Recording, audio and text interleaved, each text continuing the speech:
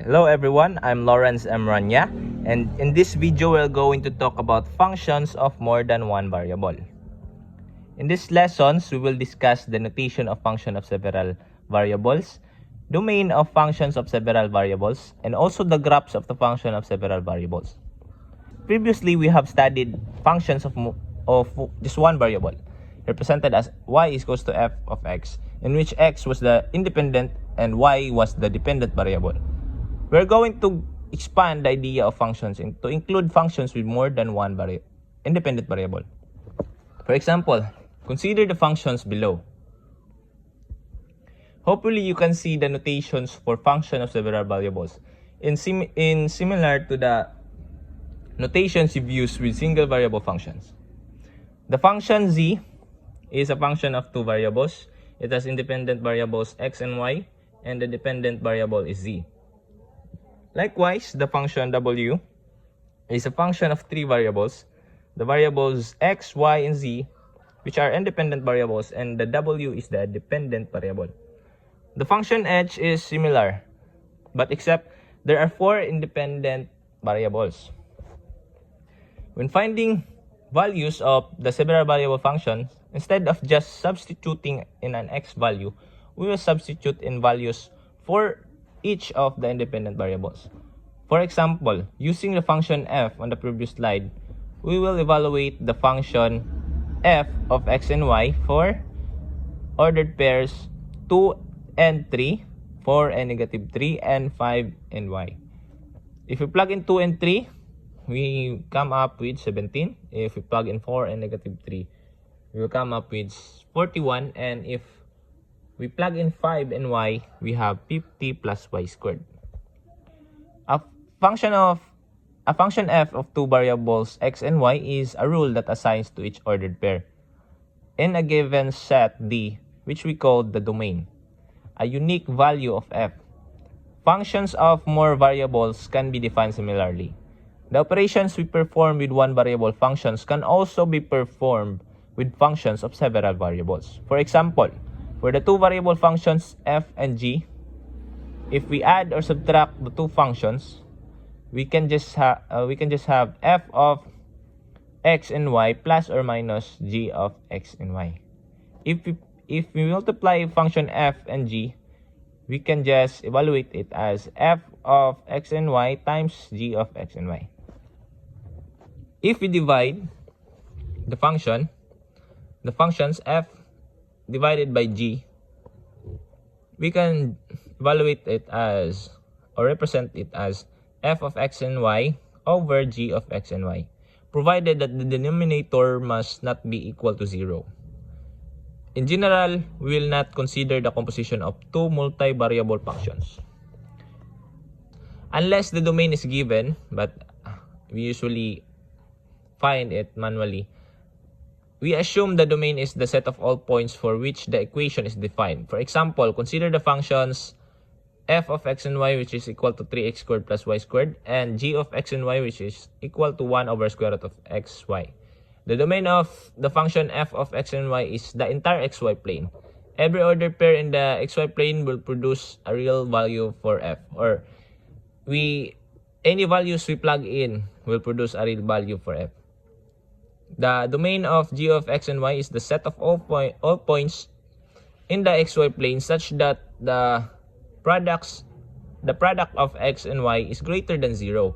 This would be all the points in the first quadrant and the third quadrant. So the product of the two variables x and y must not be 0 and it must be greater than 0, because if we have a negative number inside the square root, we have an imaginary number. If we have 0 in the denominator, it will be undefined. For this example, we are going to find the domain of the function.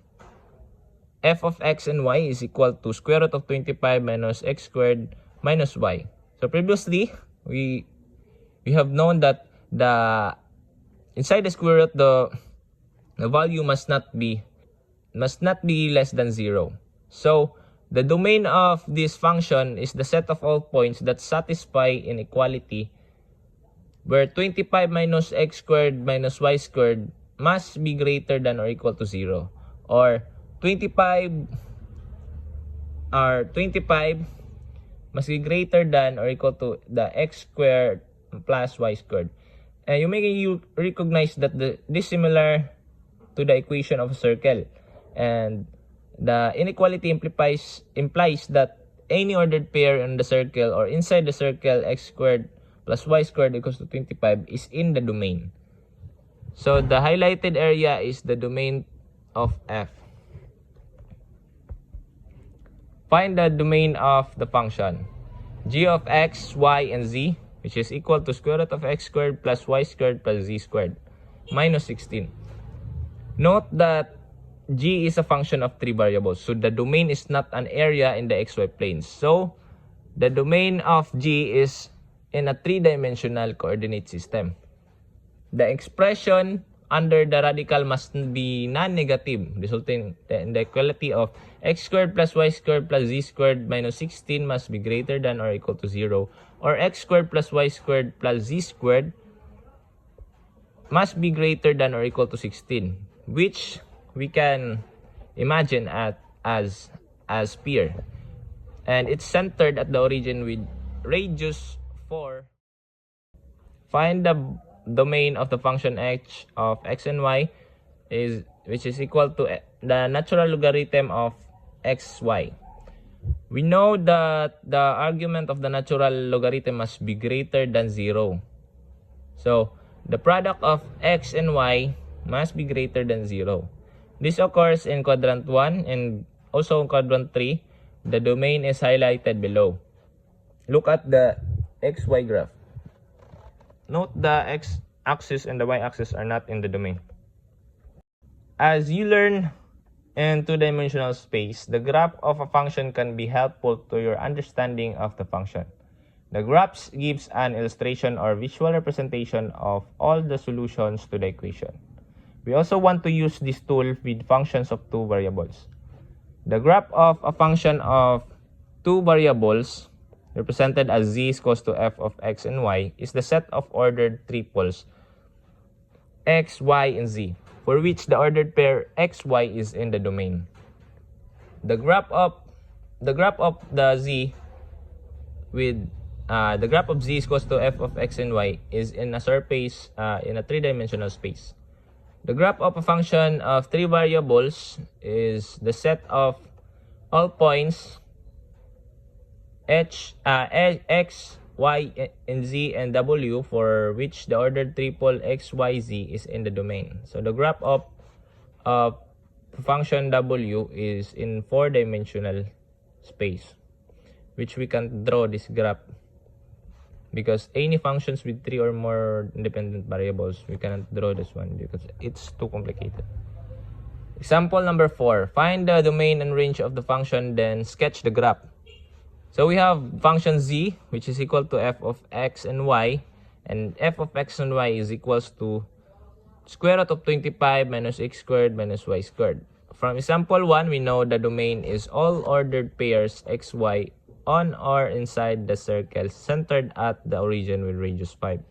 All ordered pairs satisfying the inequality x squared plus y squared, which must be less than or equal to 25. The range is going to consist of all possible outcomes for z. The range must be non-negative since z is equals to a principal square root, and furthermore, with the domain restriction, x squared plus y squared must be less than or equal to 25.